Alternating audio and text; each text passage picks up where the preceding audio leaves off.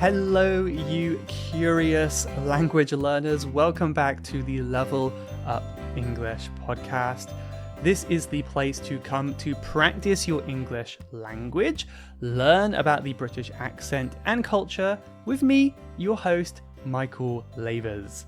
I really do hope that you're curious to learn more about this topic today because this is something that I am very, very passionate about. Today we're going to be talking all about this topic of curiosity and how you can develop that in your life. We'll also be talking about the importance of that as well, like why you should be curious, And I'll also then move on to talk a little bit about some examples in my own life of when I have been curious and when I practice that in my own life as well. There's a lot of fun and hopefully useful things that we'll talk about in this episode today. Of course, this is really related to language learning. When we first start learning a language, we are naturally very open and we're curious to learn new things. And that can be a really amazing feeling. When you're really, really into something and you're looking up every little detail, you're finding out more. I love that feeling. It's a really nice feeling. I used to really love researching very obscure Japanese words that probably I will never ever use. Like I've got words in my language study flashcards that are really specific. I've got ones for Christian missionaries. I've never needed to speak about Christian missionaries in my life in Japanese, but I know how to say it. If I do need to speak about it, I don't remember why that was relevant for my learning, but there's things like that I get curious about and I end up learning them. I would also focus a lot on grammar. That was way too far above my level. And of course, it gets even more interesting when you go to a country that speaks the language you're learning and you're looking up all the different meanings of the words that you see on signs. You're using your dictionary to find out what different things mean in your environment. And that can be really exciting. However, along the way, we naturally get more complacent, which kind of means comfortable. And we take things for granted more and more. Right? If we take things for granted, that means we're no longer really appreciating something because it's just become normal for us. And the curiosity we once had fades into daily habits and routines. Right? So if we say it fades into, that means it slowly becomes habits and routines.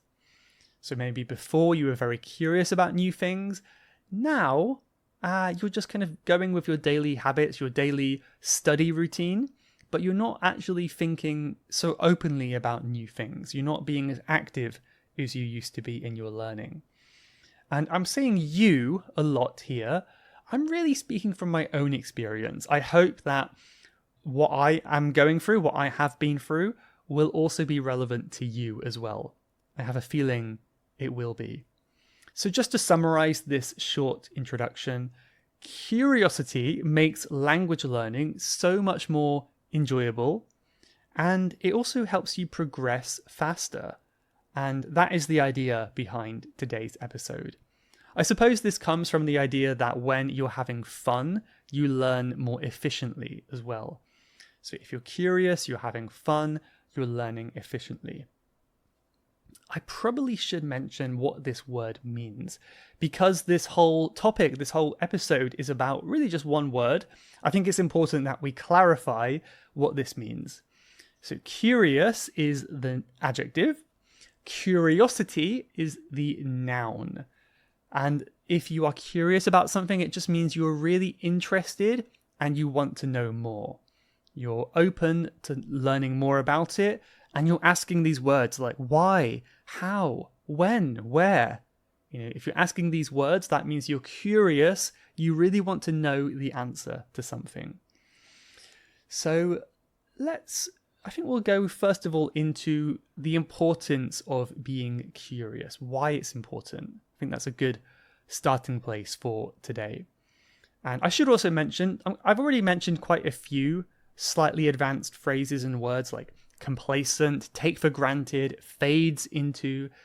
If you struggle with any of these, you might find our members' content useful, where first of all we have bonus content like a quiz, vocab lists with audio from the episode. You can comment your practice and I'll give you my feedback there. And of course we also have episode transcripts as well. So this is where you can listen to the podcast and read at the same time. And it is a really, really nice way to train your listening and reading skills. So you're matching the word that you're hearing with the word that you're reading. It's a really important skill. And if you want to access that, and of course, many, many more things, probably hundreds of hours of content, then you can find out more. You can see what it's all about at levelupenglish.school, and there's a members button at the top of the page. So yeah, if you're curious about what that is and what we're doing over there, please check it out. Okay, so as I said, the importance of curiosity. Number one, I think that being curious makes your mind more active rather than passive. So we all want to be active learners. You know, if you're passive, that means you're kind of listening to this podcast maybe, but you're not really focused on what I'm saying. If you're actively listening, you're really focusing on the sentences I'm saying. Maybe you're researching the meanings of difficult words. You're thinking about how you would respond to my questions. That's being more active. And that is much easier to do when you're listening with a curious mind. So you're really just training your brain and you're always thinking through problems rather than just accepting the way things are. You know, and I find this so difficult personally when I listen to a podcast. It's so easy to get into the habit of being passive and not really focusing on what's being said. But I think we all know the more active we can be, the more efficiently we're learning in many cases, right? It's not saying that passive learning is not useful, but I think we do too much passive learning and not enough active learning generally, right? If you're being curious about things, you're like, oh, that's a new word. What does that word mean? Or, oh, I think I've heard this word before. Let me think about this. And you're kind of having that mindset while you're learning, listening, or whatever you're doing, reading maybe. So that's one thing. It makes your mind more active. Healthy mind, healthy learning. Secondly, I just think it makes life more fun, right? If you can be curious, you'll have a more enjoyable life. I can almost guarantee it, even 1% more, but probably a bit more than that. So let's think about the opposite, right? It's probably easier. Think about going through your life and never questioning why the sky is blue, or never questioning what is that bird called. I see this bird every day, but I've never questioned what it's called. Why is he here? If you go through life never questioning things, you end up living quite a black and white life, or a more advanced word would be a monotonous life. That just kind of means one color. Everything is boring and dull and the same. Every day feels the same to you because you're not open to seeing things differently. But yeah, conversely, if you're curious, you're open, every day is a bit different. You're learning new things every day. You're noticing different things every day.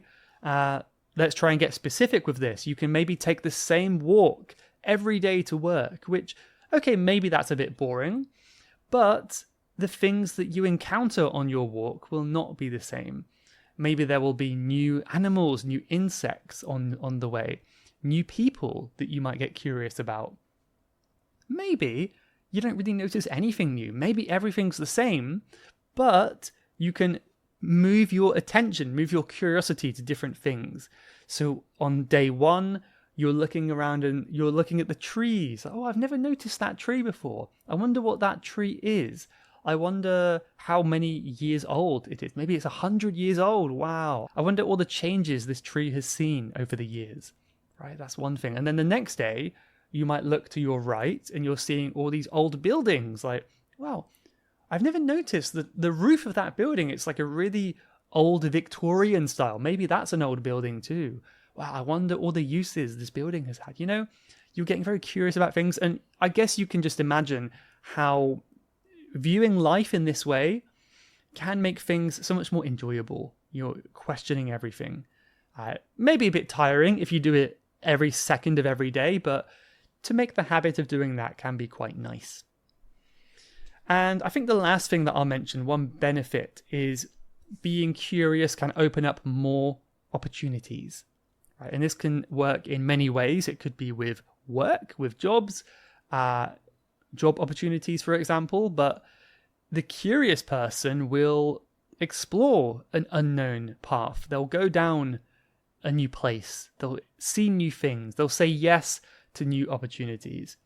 And let's say you're going to work again, but okay, this time I'm going to take this route. I'm not going to go my normal route. And down the new route, you meet new people. Maybe you make new friends. You find a new cafe that you want to try. And you go on more adventures, right? Who knows? It could be something very small, but it could also be something very big. You never know what you can find. Just here's a really small example. I am always trying to be curious with going to new places and exploring in my area. So the other day I went down a new street that I had never been to, or I had never been to before. And when I got there, I saw loads of cats and kittens playing in the street. It was really, really cute. And then the owner came out to talk to me. Her English was very good. And we had a good conversation there. And yeah, that was it. She's not my friend. She's not my best friend or anything now.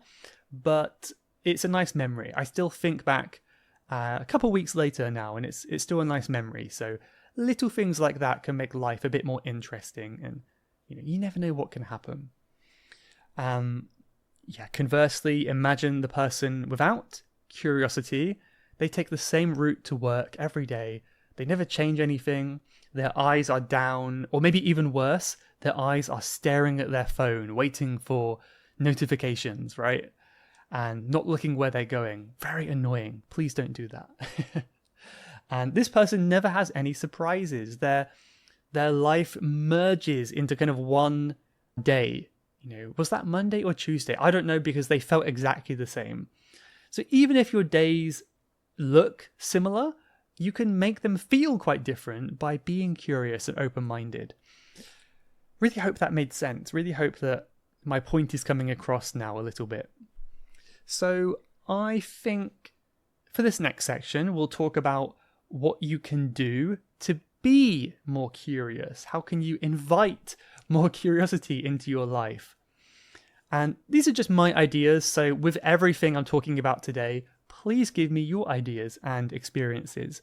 You can leave a comment over on the show notes for 296. So let me know what you think. But one idea that I like to try to have is that everybody has something new to teach us, right? Don't ever just think of people as being boring. Everyone is interesting in their own way.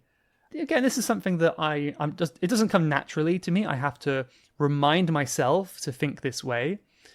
But this could be practically if someone is interested in something and you find their interest a little bit strange, rather than just dismissing it and saying, yeah, it's not for me. I'm going to kind of pretend I'm interested until they're finished. You can actually try to practice the habit of curiosity and maybe question why they like it. So let's say you have a friend. I can relate to this. I've got some friends who are interested in anime, right? I am not really into anime. I don't really like it. And rather than dismissing that, I can say, okay, why do you like anime? Or what about anime do you find interesting? Maybe you will find out something about their childhood, a memory they have, or they might tell you about how they appreciate the artwork or the story in anime. And you might find some aspect of that you yourself can relate to as well. And I find that quite a nice way to look at it. There's always something we can learn from other people. Even if you think someone, this person's they're not very intelligent, they're not as smart as me. Every single person has something new that they can share with us and teach us. I just think that's such a great positive attitude for life. The next tip that I would probably give is curiosity leads to more curiosity, right? So in other words, it's a habit, and the more you do it, the easier it becomes.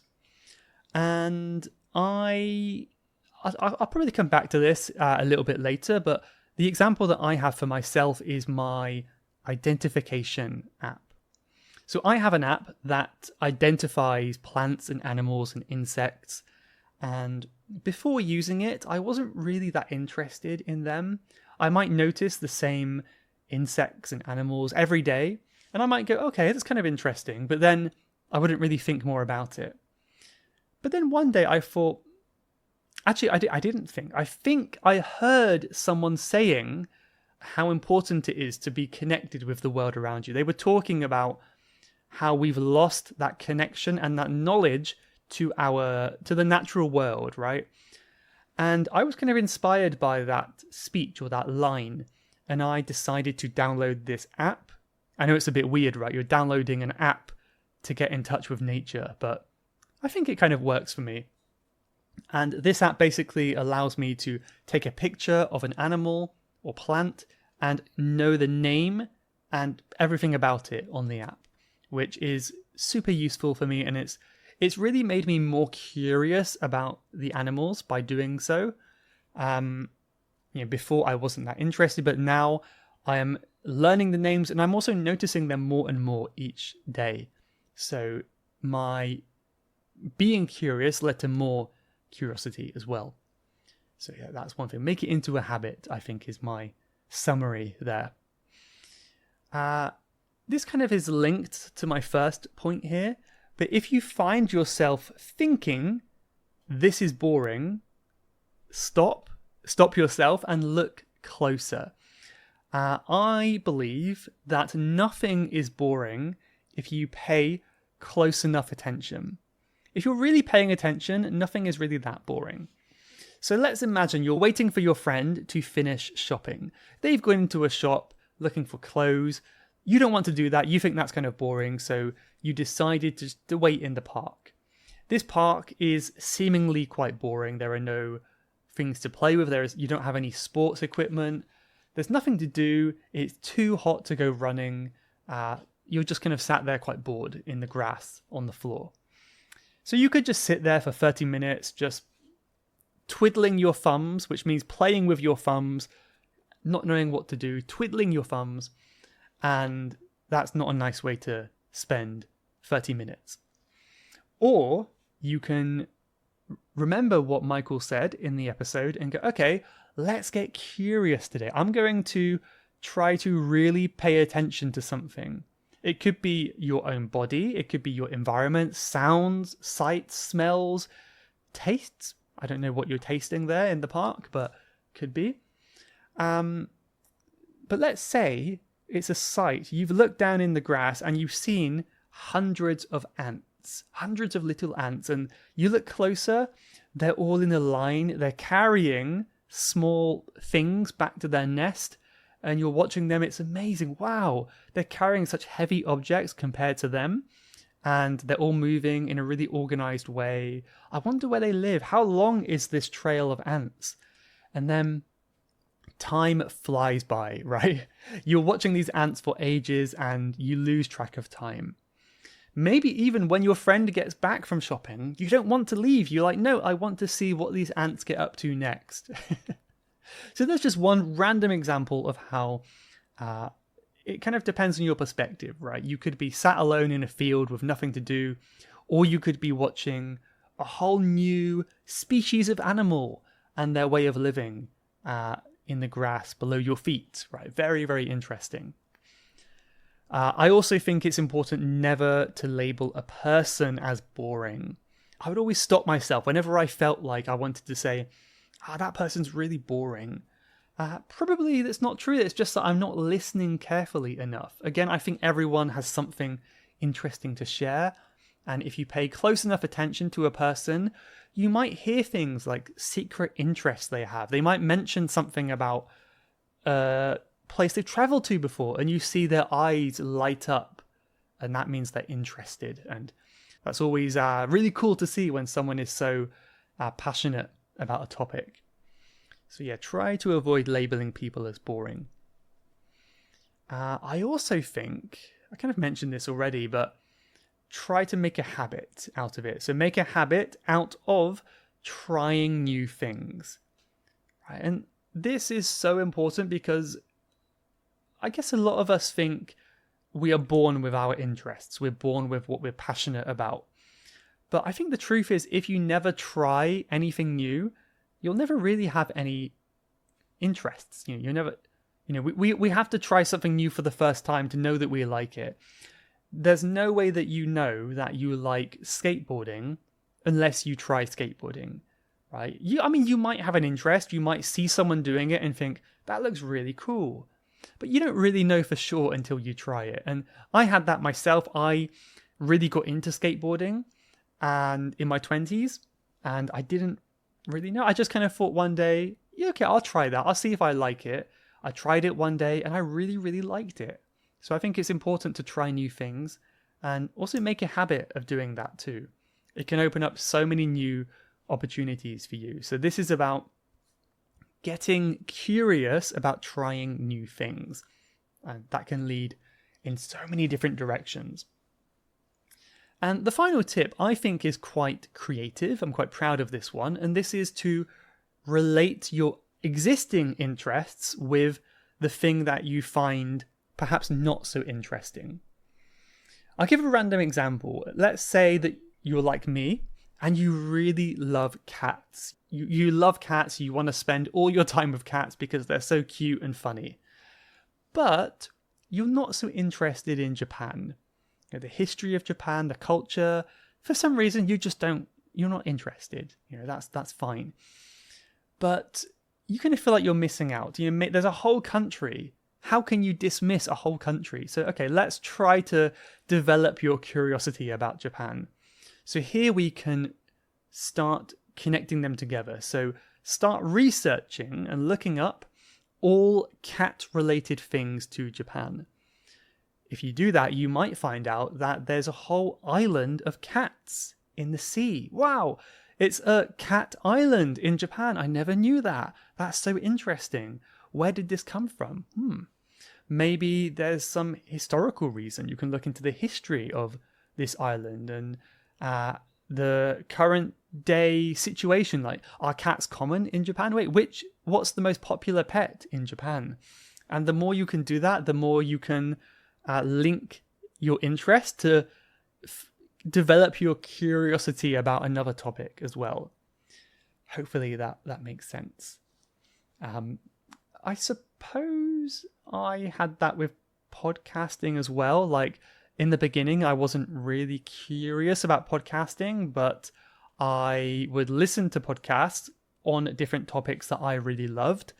And by doing so, I developed an interest in the medium, the form of podcasting itself. So you never know when one interest can link you to another interest. I just think you have to sometimes be open to that, or maybe sometimes try to do it a bit actively, try to force that habit. But okay, I think now is a good time to get a bit personal, and I'm going to talk a little bit about more examples in my own life when I am practicing my curiosity, and just things that I'm curious about recently, basically. So I mentioned this a little bit more. I mentioned it already. This is finding out the names or identifying new plants, animals, and insects. So I have been using an app. I believe that in the very near future, this will be a feature that is inbuilt into most phones. But at the moment, I'm using an app. And basically, you take a picture of what you want to identify, and it will automatically give you the name of what you are looking at. I remember when I first found out about this a few years ago, I thought it was the coolest technology ever. But now I really take it for granted now. I kind of just assume it's normal, but it's actually a really cool technology if you think about it, that you can take a picture and the camera tells you what it's seeing. Even just 5 years ago, that was so cool to me, and it's just become normal so quickly with all this AI stuff. But anyway, that's a tangent. So by the way, this app is called iNaturalist. iNaturalist. And there are many apps that can do this. This is just the one that I use. And yeah. So when I came to Thailand, when I first came here a year ago, I was very shocked by how new everything was. All of the trees, animals, fruits and vegetables, they were basically all different. There was really nothing that I was familiar with anymore. And that was a really strange feeling. I guess it's so far away from the UK, everything's quite different. And I guess for a long time, I kind of just accepted that. But more recently, I've been identifying them. So things that I see again and again, I'm trying to take a picture of them to learn about them.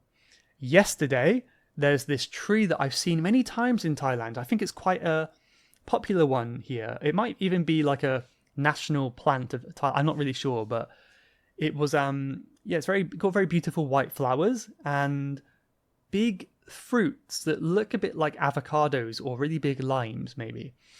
And I thought, okay, I wonder what this is. Like, I guess it's not edible, but it would be cool to see if it is edible. And I looked it up, and it turns out it was, I forget the name now, but it was a very poisonous plant. It can be used to, end someone's life. It's a very poisonous one, and it has some historical uses where it has been used to poison people as well. And it's very beautiful, but also very deadly. So that was really interesting to learn about.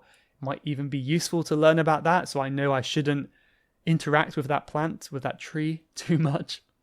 Another useful thing is identifying snakes. I've seen quite a few snakes here, and luckily, all of the ones I have identified so far have not been venomous, but it's good to know that. So if I see that snake in the future, I know, okay, I'm going to keep my distance anyway, but I'm pretty sure this one is not venomous, right? Or maybe if I do find one venomous in the future, I'll remember what it looks like and I know I have to avoid it. So yeah, it could be useful as well, but it's also just interesting to know the names of these things. Another thing I do with language learning is I try my best to practice this habit of learning every new phrase I come across. I do this in Japanese. It doesn't come naturally to me. I have to really force myself to do it. But luckily here in Bangkok, there are many places with Japanese signs, Japanese writing on the signs, and Chinese as well. So basically wherever I go, I can learn something new. I read the sign, I'm learning a new word in a language. I can also read some Thai to some degree. So that's really nice that I can read the sign in Thai and I can kind of learn the meaning. One example of this is a word that I kept seeing everywhere. And this word is something like rawang, something like that. My pronunciation is not great. And it was always written in red, and it was written next to roads, railways, and dangerous things. So I kind of made the assumption that this means maybe caution, be careful, take care, something like that. And I think I'm right because I asked someone and they confirmed it. But that was really cool. So I learned a new word from being open and curious. And maybe most foreigners, even if they're learning Thai, they will walk by these signs and not even really notice them, right? They're not even really reading them. But I just find trying to be curious and developing that habit of noticing things is really fun, and it's a nice way to learn as well. Another word, I think it was one of the first words that I ever learnt in Thai. I don't know why, but this is the word for school, which I believe is something like rongrien, something like that. And I see this written everywhere. I often see, caution, school, I don't know what the last word says, but I can guess maybe the word says school zone or school area. Sometimes I will see a word that I think means international, like international school. Sometimes it will be the English word, so it will say like St. Michael's School or something like that. And it's really great to learn learning that way. And just, I think it's a great feeling, isn't it? I'm sure you felt this before when you've learned something in a learning environment and then you experience it out in the real world. That's such a great feeling, whether you're hearing it on a podcast or reading it on a sign. That's a really nice way to learn, and it's fun as well.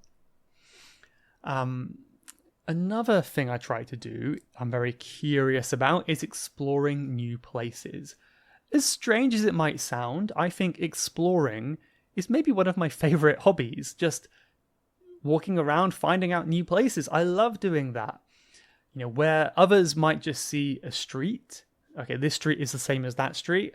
I will see new people, maybe new architecture.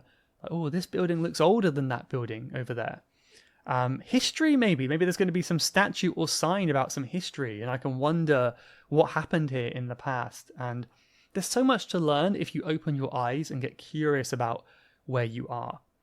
And I think, I know that I have been encouraged to do this with the help of apps. So once again, I'm using apps on my phone to encourage me to get outside more, enjoy the outside, which might sound strange, but one app I use is called geocaching, geocaching, I think. So geocaching is an app where you can find hidden containers all around the world, and it encourages you to get out and explore new places. Really fun app. I've been using it for about 10 years now. Another app that I've got totally addicted to recently, is called Fog of World. And this basically shows everywhere you've been before. So the map of the world is kind of dark. And when you go to a new place, that place becomes lighter. So you're kind of unlocking the map. And the more that you explore, the more the map is unlocked, the more the map appears for you. And you can level up as well as like a leveling system. Different challenges you can do, like reach this level in this country or cross the equator, like different geographical challenges. And I'm using this app every day to try to explore new places in Bangkok and everywhere I go. Maybe I'll put a picture on the screen for the YouTube watchers. So you can see, for example, this is a map of Europe. You can see the line down in the middle is the route I took through Europe. So you can see everywhere I went in Europe on my trip. So it's really cool to kind of unlock the world in that way. But yeah, I think it's important to say that I wasn't born with this love for adventure. I don't think it was really natural to me. I think it's something that I've developed with a habit. You know, the more you do it, the more interesting it becomes. There's that. Kind of with that exploring habit, I also like to write things down. I get very curious about visiting new places, and how I do this is I have a note file on the app on my phone, and I write down. So when I see a new cafe, I write down the cafe. I write down a restaurant, maybe a temple or place that I want to revisit, and I kind of intend to come back here in the future. This is such a nice way for me to, make sure I am just seeing new places. I think revisiting new places is a really nice thing to do for me. I also recently started running. I made a little running habit, and I'm not totally obsessed with running like many people might be, but I've been kind of going for a run maybe once a week in the morning recently. And I think what's interesting is before I always said, yeah, running is not for me. I'm not really a runner. It's just not who I am. And I never questioned why. I think we have to be so careful whenever we think that about ourselves. Like, I am not a runner. I'm not a language learner. I'm not a strong person, whatever it might be. I'm not a confident person, because sometimes these beliefs become reality and they don't really have any evidence behind them. So I'm able to run, I'm fairly young. I don't have any problems with my legs really. So I can run, but I just said I'm not a runner. But what does that mean? I've never really tried running before. So I was actually inspired by a conversation I saw online about people discussing how much they love running. And I I saw that conversation and I thought, well, if they love it, why not me? At least I can try it. And since trying it, I've actually quite enjoyed it. And it's such a nice, simple thing to do. It's a really nice minimalist exercise, which means you can do it from anywhere in the world. You don't need equipment. You don't need anything really. City, countryside, anywhere you can go running. So it's a nice thing to do, and it's a nice way to explore and get some exercise, even if you don't have access to a gym. So because I was curious about that sport, that activity, it led to me doing it more and maybe opening up some more opportunities in the future. Who knows? But that's a good one. The final thing I will say that I've been doing is trying to practice mindful listening. This is something that does not come naturally to me. I get very easily... No, I'm just kidding. I get very easily distracted, like I just did right then. But that does happen to me a lot. When I'm talking with someone, I might kind of start to think about something else. And I'm sure many of us can relate to that feeling of getting distracted. And mindful listening is the action of being totally present and in the moment while you're listening to someone talking. Really, really nice thing to do. And I'm trying to imagine myself in their shoes. So if you put yourself in someone else's shoes, you're not literally, using their shoes. You're putting yourself in their situation, imagining what it would be like. So if someone's complaining about their work, you might really kind of think, okay, how would that feel if I was in that situation? Yeah, that would be quite difficult actually. Yeah, what would I do? And that might help you respond better as well in the conversation. And it will give you more empathy or more sympathy towards that person. So mindful listening is a great activity, and it allows you to be more curious about this person, their story, their background, their interests, all that kind of stuff. So yeah, see if you can practice that yourself and not get distracted. Or here's a really tricky one, not plan what you want to say while the other person is talking. That's really difficult for many people, including me. When someone's talking, you're not really listening to them because you're just thinking about what you should reply. Right, that's very hard, but that's a nice way of practicing to be mindful. But I think we'll end it here. I really hope you have been curious to listen to today's episode, and I hope you found it useful and enjoyable. As always, let me know if you did.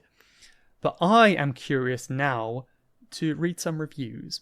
So we only have one review today from Apple Podcasts. So if you want to leave your own, you can do so. There is a link, by the way, if you go to levelupenglish.school/podcast. There is a button on that page which will take you to the leave a review page. Makes it nice and simple. And you don't need to use Apple Podcasts to leave a review. But to be honest, whatever app you use, if you can give it a 5 stars, a thumbs up, a comment, any kind of thing you do like that will be so helpful to me. Spotify is very popular these days. If you can give me a 5-star rating on Spotify, it will mean so much to me. It really, really will. But anyway, here's one from Apple Podcast from Do Quan. And they said, "Hello, my recent favorite podcaster. Just a random Vietnamese learner who wants to say thank you for being on here. I really enjoy your work so much." Thank you, Do Quam. That's so kind of you. I'm really glad that you're listening. And yeah, I hope you stick around as well. I hope you like the future episodes too. So thank you to you. Let's just say a very quick thank you now to some comments on Spotify. I want to give you some love on Spotify too. You can leave comments. This is a fairly new feature, but I do read them from time to time. I will read all of them eventually. So if you leave a comment, I will see it. I have one comment from Murillo who said, "Hi Michael, I love your podcast. I've listened to it for 1 year. Is someone who understands 70 to 80% of your podcast at level B1 or B2? So it's really, really difficult to give a level to someone. I think it depends on so many different factors, and it's really hard to say based on a small amount of information. I'll try to answer, but then I'll give a kind of an anti-answer as well. So I try to aim this podcast roughly towards B2 level learners. That doesn't mean that you are B2 if you're listening. You may be higher or lower. So just to clarify, B2 is generally someone who can speak spontaneously and quite confidently with a native speaker. They don't really need to plan very much. B1, you can talk like about your travels and some specific topics with not so much difficulty, but you might need some planning beforehand. So B2 is a bit more spontaneous than B1. So, I mean, I would say, at least regarding your listening skills, not the other skills, if you can understand 80%, you're maybe on your way, you're kind of close to that B2 level. Right? That's what I would say. However, I always want to say that, does it really matter?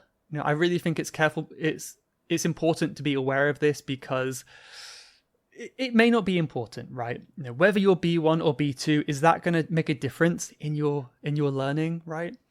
Sometimes it can be quite demotivating. If you've been learning for many, many years, but your level hasn't changed, you're still B1. But that's not quite true, because you have been improving, you're just not at that level of B2 yet. And I just don't think it's super helpful all the time to give ourselves levels. Just try to enjoy where you are. I guess it's a little bit like comparison, which we'll be talking about next week, actually. But it's not healthy to compare yourself to other people. Oh, he's much better than me. But I think what we often do is we compare ourselves to a level. Like, B2 is much better than me, B1 is better than me. I think this can be quite unhealthy. So just something to be aware of. But hope I answered your question. But I also should say thank you very much, Murillo, for your review, or your comment anyway, and for listening for 1 year. That's fantastic. Really nice of you. One more here from Edgar, who says, happy to be here listening to your podcast. I can understand everything you say and explain and advise. I love it. Greetings from Puerto Vallarta in Jalisco, Mexico. I haven't heard of that before, but I looked it up. That's a state in Mexico. So very cool that you're listening from all the way over there. We're so far away, but yet connected through the podcast. And Edgar says, I love to learn how to have the British accent. So yeah, thank you very much, Edgar, for your comment on episode 289. But okay, I think we're going to go now to a quote, which I hope you're curious to hear, from Albert Einstein. If you know anything about Albert Einstein, you might know he was a very curious person. And perhaps that is what led to his great success. So he said, I have no special talents. I am only passionately curious. So there we have it. If you want to be like Einstein, just be passionately curious. There's some great advice to end on. But yeah, well, thank you for watching or listening today. Really hope you enjoyed it. I will see you very shortly in the next episode. Have a great week. Goodbye. You have been listening to the Level Up English podcast. If you would like to leave a question to be answered on a future episode, then please go to levelupenglish.school/podcast. That's levelupenglish.school/podcast. And I'll answer your question on a future episode. Thanks for listening.